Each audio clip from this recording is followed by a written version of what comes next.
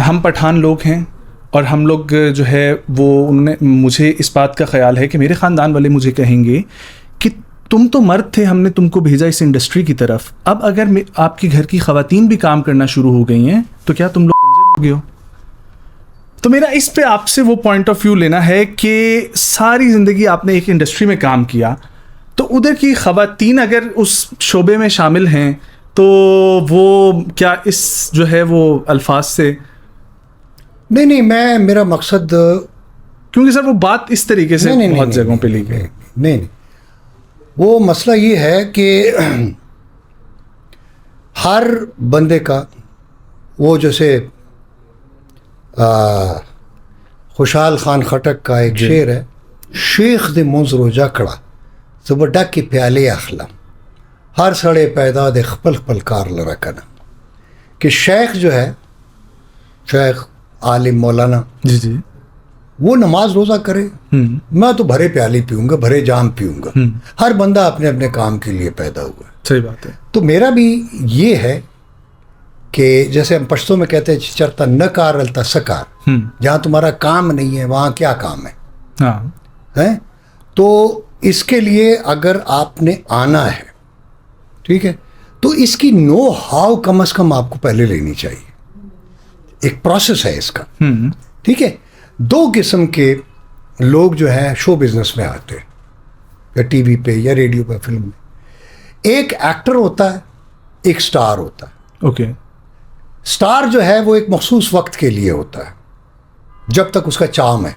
जैसे हमारी इंडस्ट्री में, फिल्म इंडस्ट्री में एक ऐसा एक्टर आया, ऐसा हीरो आया जिसके लिए औरतें अपने हाथ काट देती थी और खून से उसका नाम लिखती थी, वहीद मुराद साहब जी। लेकिन जब तक वो हीरो रहा, उसके बाद क्या हुआ, किधर गया? नाम भी याद नहीं। ठीक है, वही एक पर्सोना जो उस टाइम ठीक है ना, वो उसका अपना पर्सोना था, because he was not He was chocolatey hero. actor. हाँ. He was only a hero. चॉकलेटी हीरो जो उनके साथ एक टाइटल भी अटैच हुआ। हीरो और एक्टर में बड़ा फर्क है। ठीक है। एक्टर हीरो हो सकता है, हीरो का एक्टर होना जरा जरूरी नहीं है। मतलब ये जरा सा टेक्निकल मैं एक बात कर रहा हूं। ठीक है। तो मैं किसी के स्टारडम पे मुझे कोई इतराज नहीं है। कोई चीज़ भी मशहूर हो सकती है ना।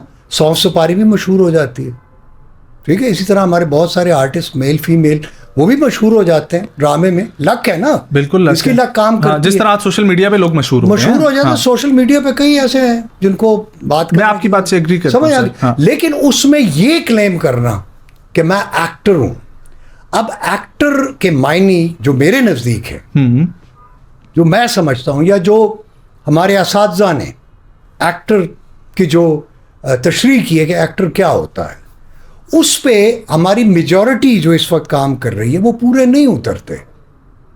ठीक है, आई एग्री विद यू। चूंकि उनकी बुनियाद, ये बदकिस्मती हमारी ही है कि कोई इंस्टीट्यूशंस नहीं है, कोई ट्रेनिंग सेंटर, हर कोई एक दूसरे को देख के सीखता है, एक दूसरे को देख के सीखता है, तो उसके पास बेसिक नो हाउ नहीं। अच्छा, फिर कोशिश भी नहीं करते।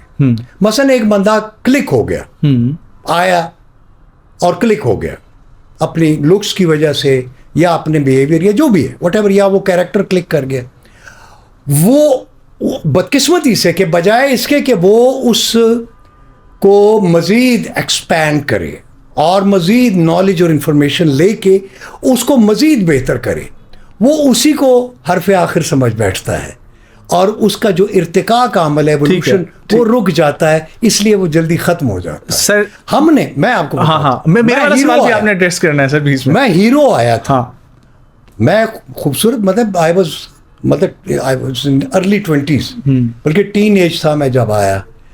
लेकिन मैंने हीरो को अपना मसला नहीं बनाया।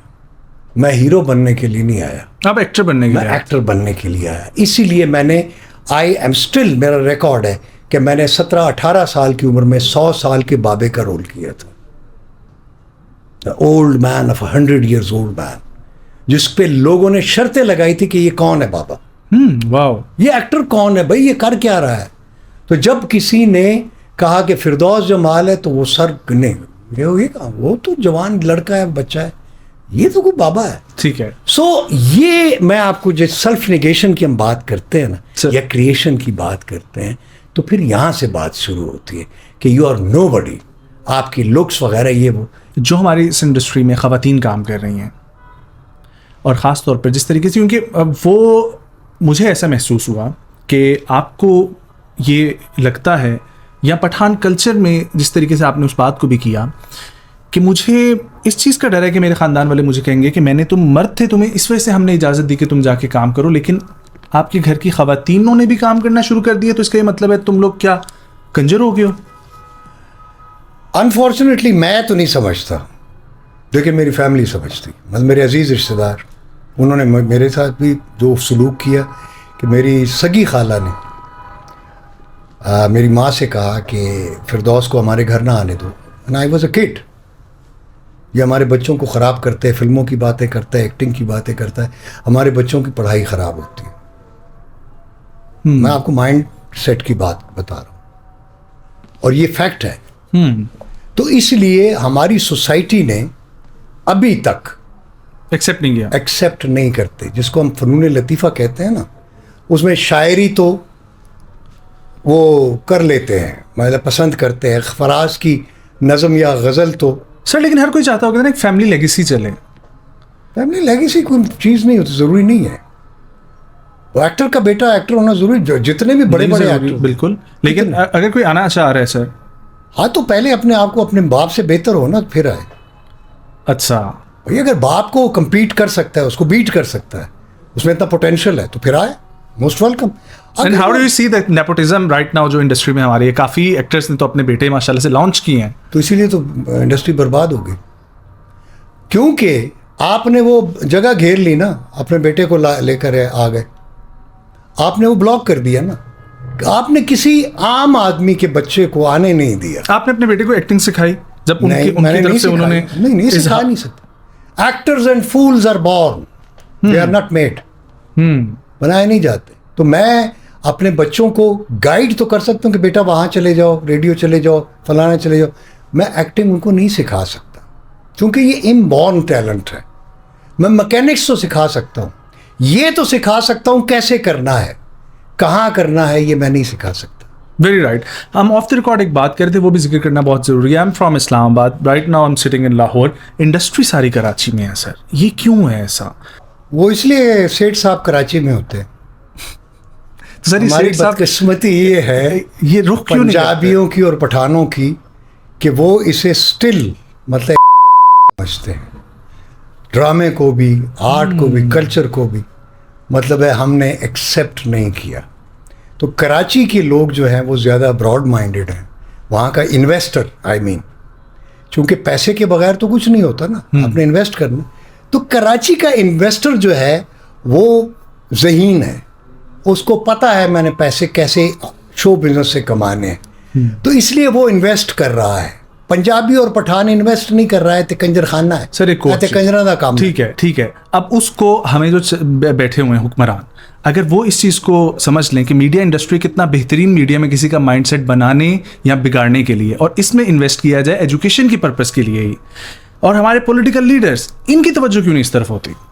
उनकी पॉलिटिकल प्रोग्राम्स की तरफ है ना, उनकी उन प्रोग्राम्स पे तवज्जो, ड्रामे पे तो नहीं है, आर्ट और कल्चर पे तो नहीं है कोई ऐसी। वो तो उन प्रोग्रामों को प्रमोट करते हैं जिसमें कंपेयर बैठ के उनकी तारीफ करे या उन पे तनकीद करे, तो वो पॉलिटिकल बंदा होता है ना। तो इसलिए उसको आर्ट और कल्चर से कुछ लेना देना नहीं है।